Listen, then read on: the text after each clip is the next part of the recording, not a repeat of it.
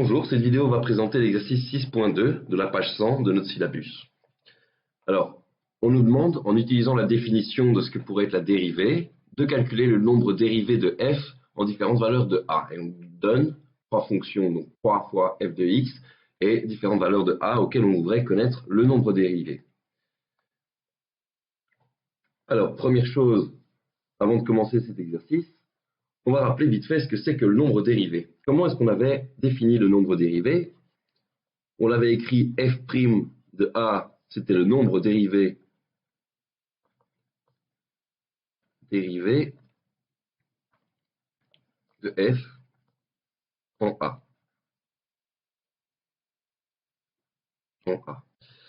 Et on avait dit que c'était égal à la limite pour x qui tendait vers a de f de x en f de a divisé par x moins a. Ça, c'est la formule qui va nous intéresser dans cet exercice. Donc je dois connaître cette formule, évidemment. Alors, la première fonction que nous donne, c'est f de x est égal à 2x carré plus 1. Et on nous demande f' de a quand a est égal à 1 et quand a est égal à 3. Alors, ce qu'on va faire, avant de se lancer bêtement dans le calcul, on va commencer par calculer ça, cette limite, comme ça, sans remplacer mon a par un chiffre. Je sais que f' de a, c'est égal à la limite pour x qui tend vers a de ce truc-là. F de x moins f de a. Donc f de x, c'est 2x carré plus 1, moins f de a. Donc je remplace mon x par a. Moins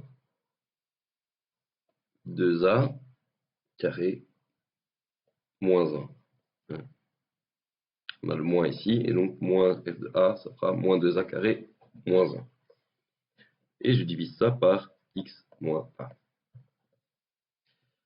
Première chose, quand je veux calculer une limite, je remplace, et si je remplace, j'aurai 2a carré plus 1 moins 2a carré moins 1, donc 0, divisé par a moins a, donc 0 sur 0. C'est une forme d'indétermination.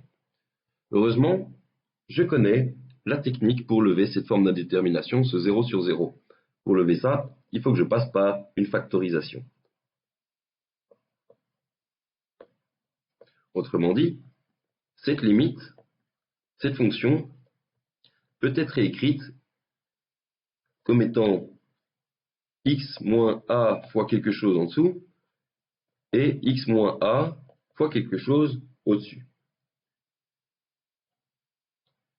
Alors, il faut que je cherche un peu. Donc, si je reprends ici ma fonction, plus 1 et moins 1 se sont déjà simplifiés, il me reste 2x carré moins 2a carré. En fait, ça fait 2 fois x carré moins a carré. Et alors, je vous rappelle au passage une deuxième formule. X carré moins a carré, c'est égal à x plus a fois x moins a. Pour m'en assurer, je peux faire x fois x carré plus a fois x. Donc, x fois x plus a fois x plus a fois moins a, donc moins a carré, plus x fois moins a, donc moins a fois x. Et donc ça se simplifie, et on trouve bien le x carré moins a carré qu'on avait ici. Donc ça, ici, en fait, je peux le réécrire comme la limite pour x qui tend vers a de 2 fois x moins a fois x plus a, le tout divisé par x moins a. La magie de la factorisation opère, je peux simplifier, et je trouve que cette limite est égale à la limite pour x qui tend vers a de 2 fois x plus a, donc c'est égal à 2 fois a plus a, c'est égal à 4a.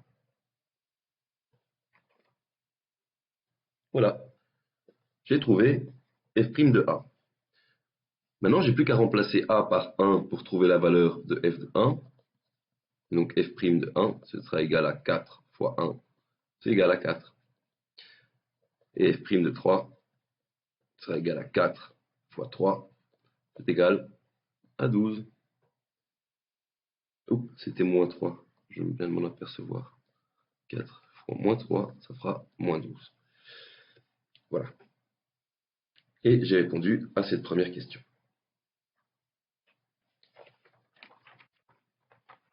Je passe de ce pas à la seconde, je vais effacer.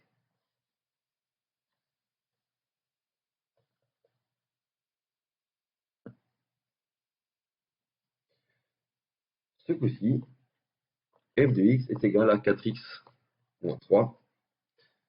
Et on nous demande f' de 3 et f' de 0. Autrement dit, on demande de calculer le nombre dérivé en a égale 3 et en a égale 0. Donc, première chose à faire, je calcule f' de a qui est égal, suivant ma formule, à la limite pour x qui tend vers a, de 4x moins 3 moins 4a plus 3 divisé par x moins a. Donc, j'ai bien ici f de x, ici j'ai moins f de a, j'ai x moins a ici, hein, donc c'est bien la formule là. C'est égal à la limite pour x qui tend vers a de 4 fois x moins a sur x moins a. Et si je remplace, ça c'est un fois, si je remplace mon x par a, je vais trouver 0 divisé par 0. Il va falloir que je passe par une factorisation que j'avais déjà mis en fait ici en évidence. Vous trouvez que cette limite est égale en fait à 4. Donc f' de a sera égal à 4 et je peux remplacer a par n'importe quoi. La valeur ce sera 4. Donc f' de 3 c'est 4 et f' de 0 c'est 4. Ça c'est pour le deuxième exercice. Je passe au troisième. On a notre fonction f de x qui est égale à 2x moins x carré. Et on nous demande donc de calculer f' de a en moins 1 et en 1. On y reviendra. On va commencer par calculer f' de a partout. C'est égal à la limite pour x qui tend vers a de f de x, donc 2x moins x carré, moins f de a, donc moins 2a plus a carré. Le tout divisé par x moins a. Si je remplace tout ça, mon x par mon a, je vais trouver naturellement 0 divisé par 0. Et je vais devoir passer par une factorisation. C'est là qu'il va falloir trouver quelque chose qui fonctionne. Qu'est-ce qu'on a là? Ce truc, en fait, c'est égal à la limite pour x qui tend vers a de, je vais réécrire, on a x carré moins a carré d'un côté, avec un signe moins, hein, donc c'est celui-ci et celui-là qui nous forment celui-là. Et il nous reste